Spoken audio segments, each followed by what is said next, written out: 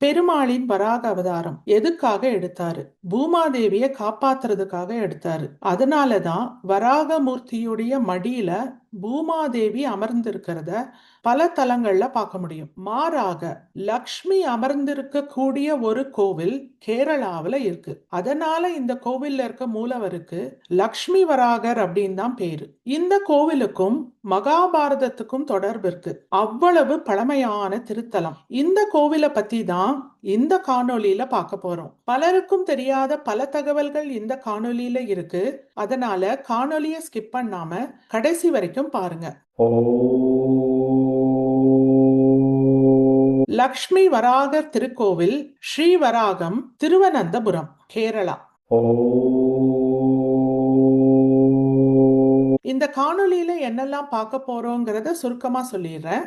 அதுக்கப்புறம் ஒவ்வொரு தகவலையும் விரிவா பார்க்கலாம். பூமாதேவிக்கு பதிலாக லக்ஷ்மியை மடியில் அமர்த்தி வராகமூர்த்தி இங்க அருள் புரிகிறாரு. எதனால இப்படி மாறி இருக்கு? பாண்டவர்களில் ஒருவரான அர்ஜுனனுக்கும் இந்த கோவிலுக்கும் தொடர்பு இருக்கு. இதுவே இந்த கோயில 5000 ஆண்டுகள் பழமையை நோக்கி கொண்டு செல்லுது. அந்த தகவல் என்ன? இந்த கோவிலுடைய சிறப்புகள் எல்லாம் என்ன? இந்த கோவில் எங்க இருக்குது? எப்படி பயணிக்கிறது? கடைசியா அடுத்த வாரம் என்ன கோவில பார்க்க போறோங்கிற தகவலை சொல்ல போறேன்.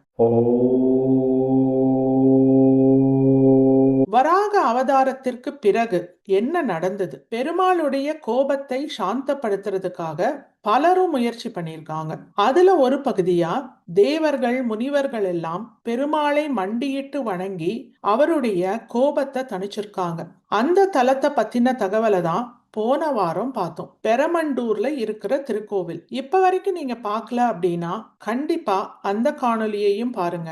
அந்த காணொலியுடைய லிங்கை நான் டிஸ்கிரிப்ஷன்ல கொடுக்கிறேன். லக்ஷ்மி வராகர் திருக்கோவிலுடைய தலவரலாறும் பெருமாளுடைய கோபத்தை சாந்தப்படுத்துறதுக்கு நடந்த நிகழ்வோடு தொடர்புடையது. வராக அவதாரம் முடிஞ்சதுக்கு அப்புறம் பெருமாளுடைய கோபம் தணிய மாட்டேங்குது. அந்த கோபத்தை தணிக்கணும் அப்படிங்கிறதுக்காக தேவர்கள் எல்லாம் போய் மகாலட்சுமி கிட்ட முறையிடுறாங்க. அவங்களுடைய கோரிக்கையை ஏத்துக்கிட்ட மகாலட்சுமி தன்னுடைய கணவருடைய மடியில வந்து அமர்றாங்க. மனைவிய பார்த்ததுக்கு அப்புறம் வராகமூர்த்தியுடைய கோபம் தணிந்து சாந்த நிலைக்கு திரும்புறாரு. இந்த புராண நிகழ்வு நடந்த திருத்தலம் ஸ்ரீவராகம். அதனாலதான் இங்க இருக்கிற பெருமாள் பூமாதேவிக்கு பதிலா லக்ஷ்மிய மடியில அமர்த்தி காட்சி கொடுக்கிறார். அது மட்டும் இல்லாம லக்ஷ்மி வராகர் அப்படின்னு போற்றப்படுறார். இந்தியா முழுவதும் பாத்தீங்கன்னா வராகமூர்த்திக்குன்னு இருக்கிற தலங்கள் மிக மிக குறைவு. அதுலயும் பெரும்பான்மையான தலங்கள்ல பூமாதேவிய மடியில அமர்த்தின மாதிரி தான் பெருமாள் காட்சி கொடுப்பாரு. இப்ப வரைக்கும் நாம பார்த்துட்டு இருக்கிற எல்லா வராகமூர்த்தி தலங்களிலும் பூமாதேவிய மடியில அமர்த்தி தான் பெருமாள் காட்சி கொடுக்கிறாரு. அரிதிலும் அரிதாக ஒரு சில தலங்கள்ல மட்டும்தான் லக்ஷ்மிய மடியில அமர்த்தி காட்சி கொடுப்பாரு. அந்த தலங்கள்ல ஒன்றுதான் ஸ்ரீவராகம். பஞ்ச பாண்டவர்கள் அஞ்ஞான வாசத்தை இப்ப இருக்கிற தென்னிந்தியாவில தான் கழிச்சிருக்காங்க. குறிப்பா சொல்லணும்னா தமிழ்நாடு, கேரளா இந்த பகுதியில அதற்கான தடயங்கள் நிறைய இருக்கு. தடயங்கள்னு ஏன் சொல்றேன்னா இது எல்லாமே பல திருக்கோவில்களோடு தொடர்புடைய தல வரலாறா பதிவாயிருக்குது.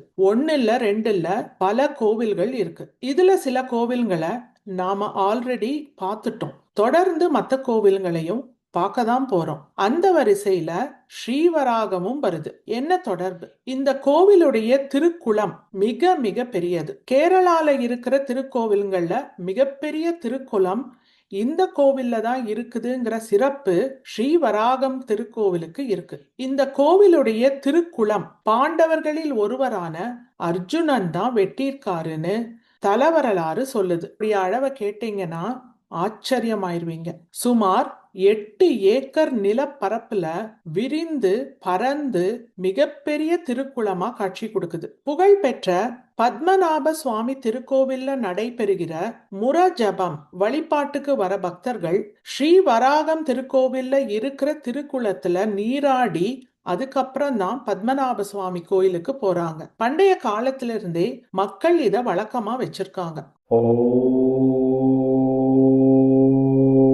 அடுத்ததா இந்த கோவிலுடைய பழமைய பத்தி கொஞ்சம் ஆராய்ச்சி பண்ணலாம். திருக்கோவில் பரசுராமரால் கட்டப்பட்டது, அதனால இது பரசுராம கஷேத்திரம் அப்படின்னு போற்றப்படுது. நான் வெளியிடுற காணொளிகளை தொடர்ந்து பார்த்துட்டு வரீங்க அப்படின்னா பரசுராம கஷேத்திரம்ங்கிற இந்த சொல்லுக்கான பொருள் உங்களுக்கு தெரியும். புதுசா பார்க்கக்கூடிய ஆன்மீக நண்பர்களுக்காக நான் மறுபடியும் அந்த தகவலை பதிவு பண்றேன். கேரளால பல தலங்களை பரசுராமர் கட்டியிருக்காரு. இந்த தலங்களுக்கு பரசுராம கஷேத்திரம் அப்படின்னு பேரு. கேரள மக்களால் கொண்டாடப்படுகின்ற கோவில்களின் தொகுப்பு.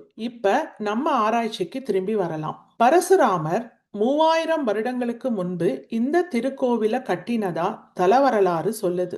அர்ஜுனன் திருக்கோவிலுடைய குளத்தை கட்டினதாகவும் தல வரலாறு சொல்லுது. ஆக சுமார் 5000 ஆண்டுகளுக்கு முன்பு திருக்குளம் வெட்டப்பட்டு இருக்கணும். ஏன்னா மகாபாரதம் 5000 ஆண்டுகளுக்கு முன்பு நடந்த ஒரு புராண நிகழ்வு. பரசுராமர் 3000 ஆண்டுகளுக்கு முன்பு இந்த திருக்கோவில கட்டியிருக்காரு. அப்ப 2000 வருடங்கள் திருக்குளத்துக்கும் கோவிலுக்கும் இருக்கிற பழமையில வேறுபடுது. இது எப்படி சாத்தியம் அப்படிங்கிறதுக்கான சரியான பதில் நம்மளால சொல்ல முடியாது.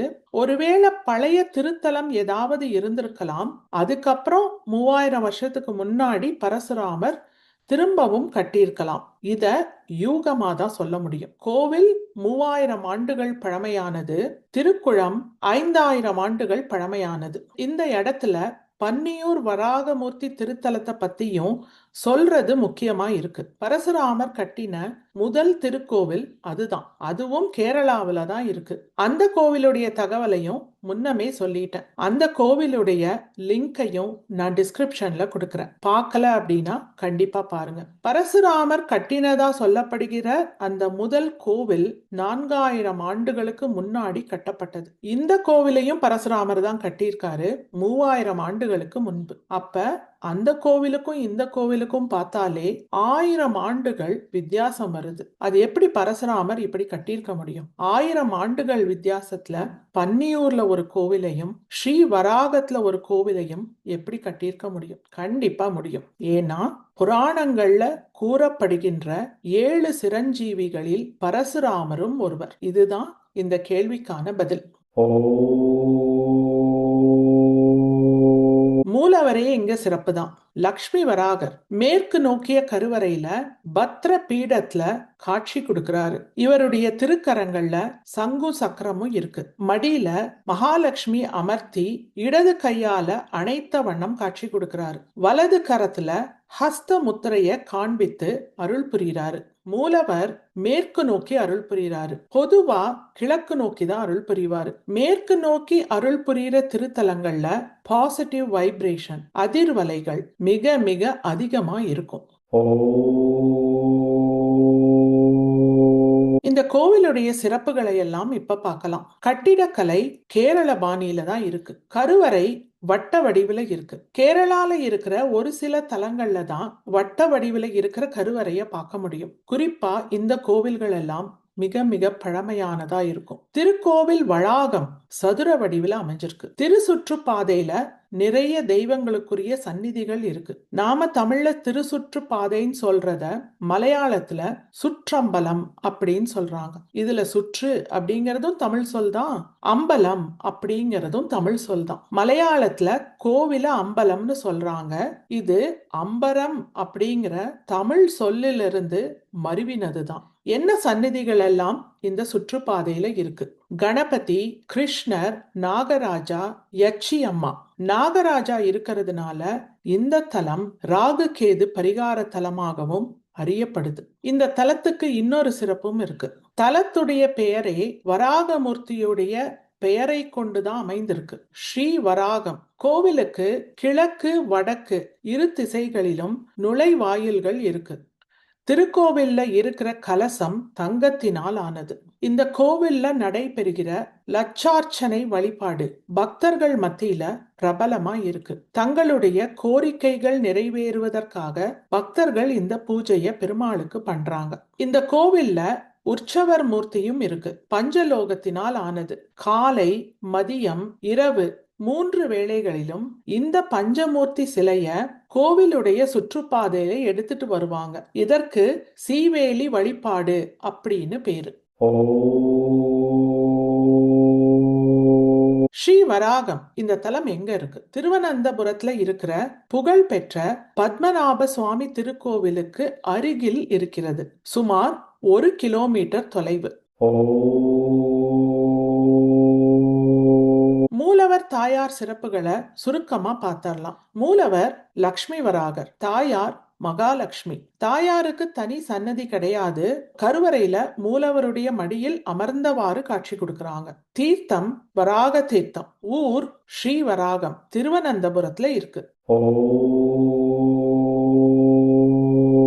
தொடர்ந்து வராகமூர்த்தி தலங்களை பார்த்துட்டு வரோம். அந்த வரிசையில அடுத்த வாரம் கும்பகோணத்துல இருக்கிற ஆதி வராகரை பத்தி தெரிஞ்சுக்க போறோம். நம் தேடல் தொடரும். அதுவரை இணைந்திருங்கள்.